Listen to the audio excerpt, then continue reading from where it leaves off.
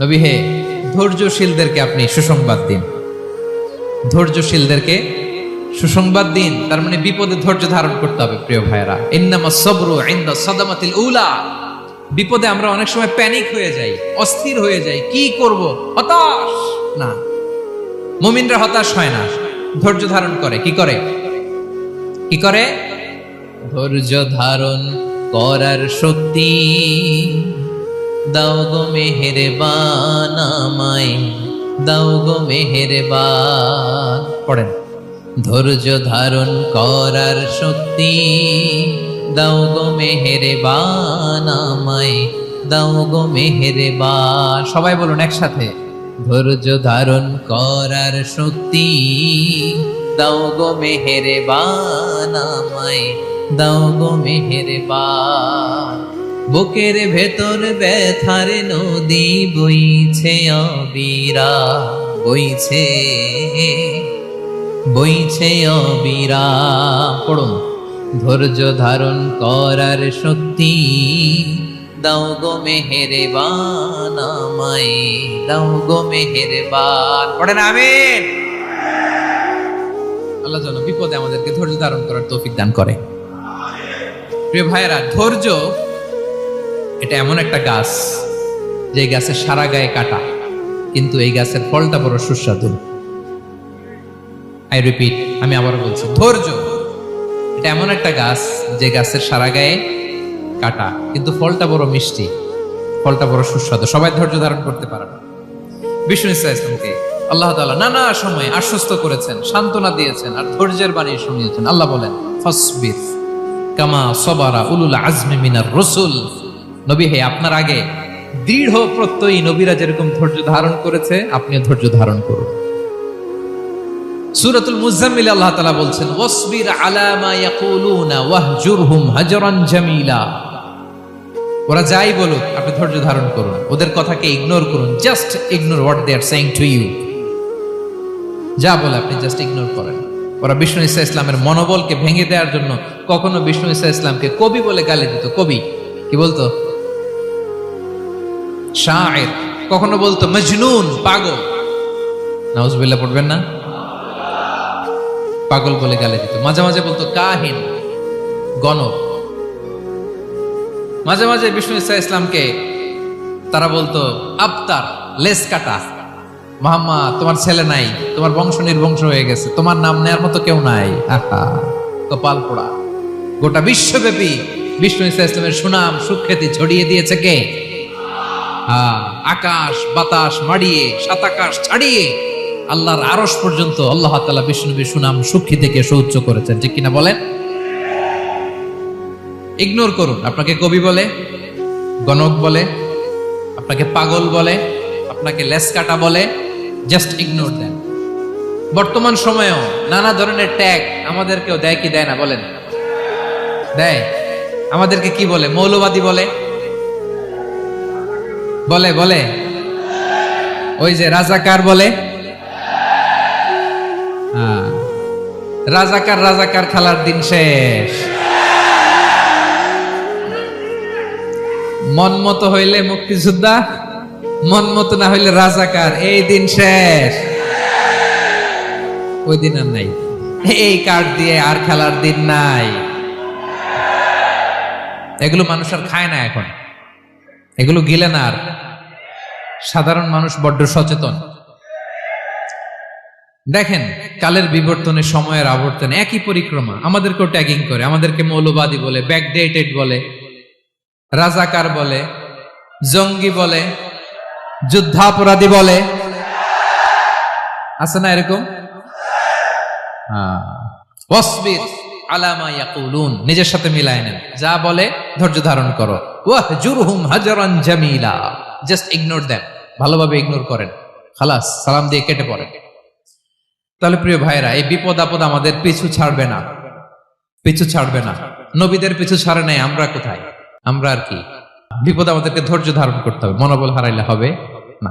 দেখেন বিশ্বনবী কিভাবে আপনাদেরকে সান্ত্বনা দেয়। বিশ্বনবী বলেন, আজাবান লি আমরিল মুমিন, মুমিনের ব্যাপারটা বড় আশ্চর্যজনক। ফাইন্না আমরাহু কুল্লাহু লাহু খাইর, মুমিনের জীবনে যা ঘটে সবটাই খাইর, সবটাই কল্যাণ।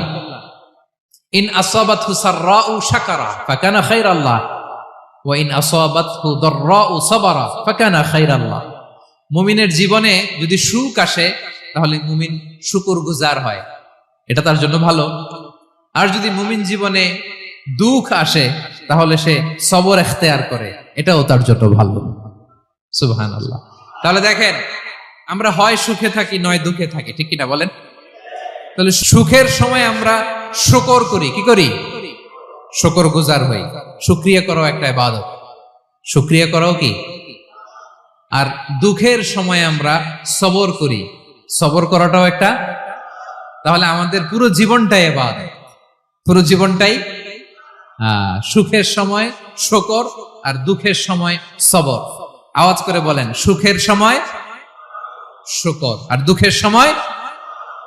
এই দুই ইবাদত মুমিন জীবনে চলমান, কন্টিনিউয়াস, একটা উইন উইন সিচুয়েশন। কি বলেন? উইন উইন হয়ে গেল না? যেই পরিস্থিতিতেই থাকে আমাদের জন্য লাভ। আল্লাহু আকবার। তাহলে প্রিয় ভাইরা, এটাই জীবনের বাস্তবতা। সবর আমাদেরকে ইখতিয়ার করতে হবে, হতাশ হওয়া যাবে না। অনেকে আমরা অল্পতে হতাশ হই। এই যে আমরা ধৈর্য ধারণ করছি, এর ফল পাচ্ছি না? দীর্ঘ 1.5 দশক ধরে ধৈর্য ধারণ করছেন না আপনারা? এখন মুক্তি, স্বাধীনতা, বিজয় এনে দিয়েছে কে? ধৈর্য ধারণ করুন। ধৈর্যের যে ফলাফল, এটা বড় মিষ্টি। ধৈর্য এমন একটা গাছ, এই গাছের সারা গায়ে কাটা, কিন্তু এর ফলটা বড় সুস্বাদু, এর ফলটা বড় মিষ্টি। ধৈর্য ধারণ করার অভ্যাস করতে হবে প্রিয় ভাইরা। মুমিন হতাশ হয় না, হাল ছেড়ে দেয় না। মুমিন ভরসা রাখে একজনের উপর, তিনি কে? লা তাইআসু মির রাউহিল্লাহ ইন্নাহু লা ইয়াইআসু মির রাউহিল্লাহি ইল্লাল কওমুল কাফিরুন। আল্লাহর রহ থেকে, রহম থেকে নিরাশ হয়ে যাও না। কাফির ছাড়া, অকৃতজ্ঞ ছাড়া কেউ আল্লাহর রহ থেকে, আশা থেকে নিরাশ হয় না। শয়তানের সবচেয়ে বড় মিশন হলো আমাদেরকে হতাশ বানানো, এটা খেয়াল রাখবেন। শয়তানের সবচাইতে বড় মিশন কি? আমাদেরকে হতাশ করে দেয়া। হতাশ বানাইতে পারলে সে সাকসেসফুল, খুশি। কিন্তু আমরা এত সহজে হতাশ হই না, আমরা নিরাশ হই না, আমরা বিপদে হাল ছেড়ে দেই না। আমরা ভরসা রাখি এক মহান সত্তার উপর, তিনি কে? মনে থাকবে? বিপদ আসলে ভেঙে পড়বেন, ভিসা না হইলে কান্নাকাটি শুরু করবেন, ব্যবসায় লস হইলে হাউমাউ, হতাশ হবেন, ভেঙে পড়বেন। ধৈর্য ধারণ করব আমরা। আওয়াজ করে বলেন, আমরা কি করব? সবর। বিপদ ট্যাকেল দেওয়ার প্রথম স্টেপ হচ্ছে সবর, ধৈর্য ধারণ করতে হবে। ওয়াবাশশিরিস সাবিরিন, ধৈর্যশীলদেরকে সুসংবাদ দাও। বিপদ থেকে বাঁচার দ্বিতীয় স্টেপ হচ্ছে এই বিপদ থেকে উত্তরণের চেষ্টা করতে হবে।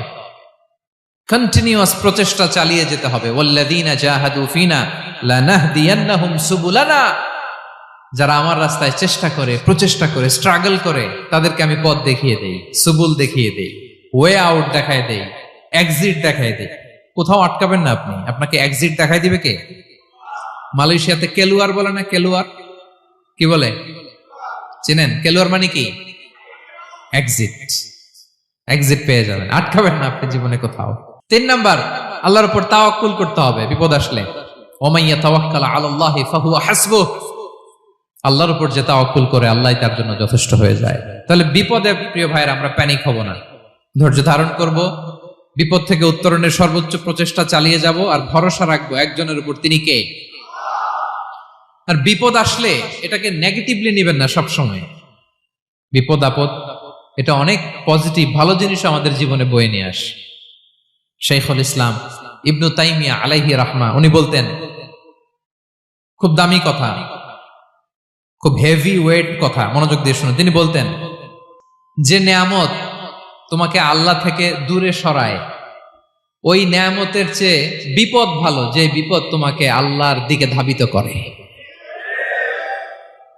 আই রিপিট, আমি আবারও বলি, যে নাজ নেয়ামত তোমাকে আল্লাহ থেকে দূরে সরিয়ে দেয়, সে নাজ নেয়ামতের চেয়ে ওই বিপদ আপদ ভালো, যে বিপদ আপদ তোমাকে আল্লাহর কাছে টেনে নেয়। তাহলে বিপদ আপদ আসলে আপনি হতাশ হবেন? আর কখনো দুঃখ করবেন? মোয়ারের ভাইয়েরা, আর মন খারাপ করবেন? আপনি খেয়াল করে দেখেন, বিপদ আসলে আমরা আল্লাহরে ডাকি বেশি। যখন অসুস্থ আপনি খেয়াল করেন তো, আল্লাহ আল্লাহ তুমি ছাড়া বাঁচানোর কেউ নাই, আল্লাহ আল্লাহ তুমি হেফাজত করো, আল্লাহ তুমি সুস্থ করে দাও। যখন লাইফ থ্রেট, দেখেন আপনি গুম হয়ে যেতে পারেন, আপনার কারাবন্দি করতে পারে, এরকম একটা বিপদের মধ্যে আছেন, তখন খেয়াল করেন তো আল্লাহর সাথে আপনার কানেক্টিভিটি, রিলেশনশিপটা কতটা ডেভেলপ হয়। কারণ বিপদে পড়লে আমরা আল্লাহরে ডাকি বেশি। তাহলে বিপদ আপদেরও কিছু পজিটিভ সাইড বা দিক আমাদের জীবনে আছে না নাই? অনেক পজিটিভ দিক আছে, কয়েকটা শেয়ার করি। এক নাম্বার পজিটিভ সাইড তো বললাম, ইমাম ইবনু তাইমিয়া যেটা বললেন। এরপরে হচ্ছে মাঝে মাঝে আল্লাহ তাআলা আমাদের মর্যাদাকে আপগ্রেড করতে চায়, এলিভেট করতে চায়। আপনি ধরেন কোন একটা এয়ারলাইন্সের রেগুলার প্যাসেঞ্জার টিকিট কাটেন, মাঝে মাঝে হঠাৎ করে দেখবেন কাউন্টারে গেলে তারা বলে you are upgraded to business class, অথবা you are upgraded to first class. যেহেতু রেগুলার প্যাসেঞ্জার, অনেক মাইলস জমা হয়েছে, আপগ্রেড করে দেয়।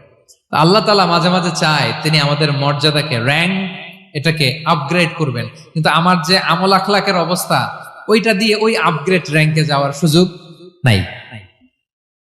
বুঝতেছেন কথা? আল্লাহ চায় আমার লেভেল একটু আপ করতে, কিন্তু আমার আমলের যে অবস্থা, এতে আমি ওখানে যাই না। তখন আল্লাহ কিছু বিপদ আপদ দিয়ে, পরীক্ষা দিয়ে বান্দাকে টেস্ট করে। ওই পরীক্ষায় যদি উত্তীর্ণ হন, সাথে সাথে আল্লাহ তাআলা আপনার লেভেল বা র্যাঙ্ক আপগ্রেড করে দেয়। সুবহানাল্লাহ পড়বেন না? তাহলে লাভ না লস? আওয়াজ করে বলেন, লাভ না লস? মুমিন জীবনের সব লাভ। যত বিপদ আপদ আপনাকে স্পর্শ করে, প্রতিটাতেই আপনার জন্য কল্যাণ। বিষ্ণু ইসলাম বলেন, মা ইউসিবুল মুসলিমা মিন নাসাবিন ওয়ালা ওয়াসাবিন ওয়ালা হাম্মিন ওয়ালা হুজনিন ওয়ালা আযান ওয়ালা গাম্মিন হাত্তা শাওকাতি ইউশাকুহা ইল্লা কাফারাল্লাহু বিহা খাতায়া।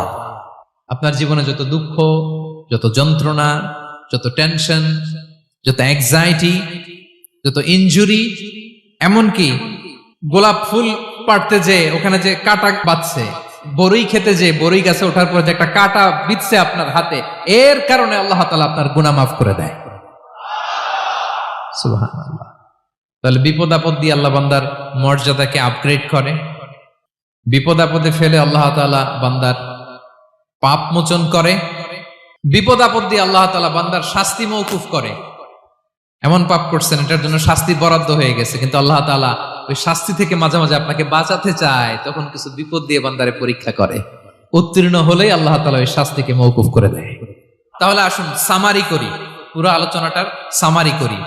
বিপদ আপদ, পরীক্ষা, স্ট্রাগল, কষ্ট, এটা সুন্নাতুল্লাহি ফিদ দুনিয়া। এই দুনিয়ায় আল্লাহর সুন্নাত, এর বাইরে কেউ যেতে পারে না। ইভেন নট দ্য মেসেঞ্জার্স, নবীরাও না। আজকের আলোচনায় শুনছেন না নবীদের জীবন দিয়ে কি গেছে, ups and downs, test and trial, নবীরাও না। তাহলে এটা আমাদের মাইন্ডসেটের সাথে সেট আপ করে নিতে হবে যে অতীতে, বর্তমানে, ভবিষ্যতে বিপদ আপদ মুক্ত এই পৃথিবীতে কেউ থাকবে না। পারবেন? হ্যাঁ, এটা মাইন্ডসেটে নিয়ে নিতে হবে যে এটাই জীবন, বিপদ আপদ দিয়ে আল্লাহ পরীক্ষা করবেন। এটাই পৃথিবী। চির সুখ, চির শান্তি এই পৃথিবীতে খুঁজলেই পাওয়া যায় না। শুরুতে বলছিলাম না, চির সুখ, চির শান্তি। বলেন তো, এটা কি দুনিয়ার ফিচার না জান্নাতের ফিচার? জান্নাতের ফিচার দুনিয়ায় খুঁজলে পাওয়া যাবে? যাবে না। তাহলে আজকের আলোচনার 1 নাম্বার লেসন হচ্ছে বিপদ আপদ এটা সুন্নাতুল্লাহি ফিদ দুনিয়া। এই দুনিয়া আল্লাহর সুন্নাত, এটা থেকে মুক্তি পাওয়ার কোনো সুযোগ নাই, নবীরাও পায় নাই। 2 নাম্বার লেসন, বাঁচার যেহেতু সুযোগ নাই, we have to face it with patience, intellect and tawakkul. বিপদে অস্থির হওয়া যাবে না, এটাকে ফেস করতে হবে উইথ পেশেন্স, ধৈর্যের সাথে। বিপদ আমরা মোকাবেলা করব কিসের সাথে? ধৈর্য। প্যানিক হবেন না, অস্থির হবেন না, ধৈর্য ধারণ করবেন। উইথ ইন্টেলেক্ট, আল্লাহর দেয়া আপনার ইন্টেলেক্ট খাটিয়ে এই বিপদ উত্তরণের, সর্বান্তকরণের চেষ্টা প্রচেষ্টা আপনার চালায় যেতে হবে। আর সবশেষে আত-তাওয়াক্কুল আলাল্লাহ, ডিপেন্ডিং অন আল্লাহ, ভরসা করব কার উপর? আল্লাহর উপর। পারা যাবে তো?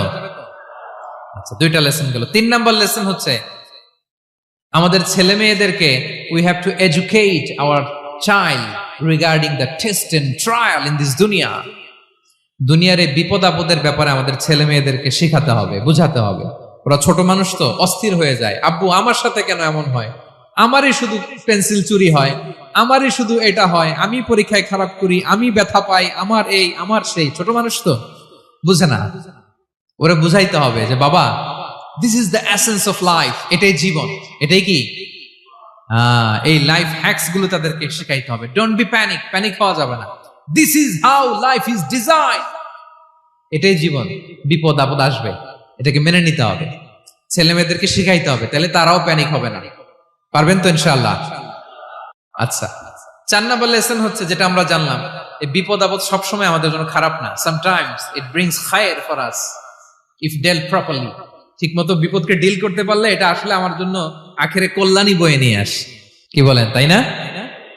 কল্যাণ বয়ে নিয়ে আসে। সব শেষ কথা হলো, আমরা যেন এই বিপদগুলোকে প্রপারলি ডিল করতে পারি, আমরা যেন সবর ইখতিয়ার করতে পারি। আল্লাহর কাছে চাইতে হবে, দোয়া করতে হবে, কারণ তৌফিক দেওয়ার মালিক কে?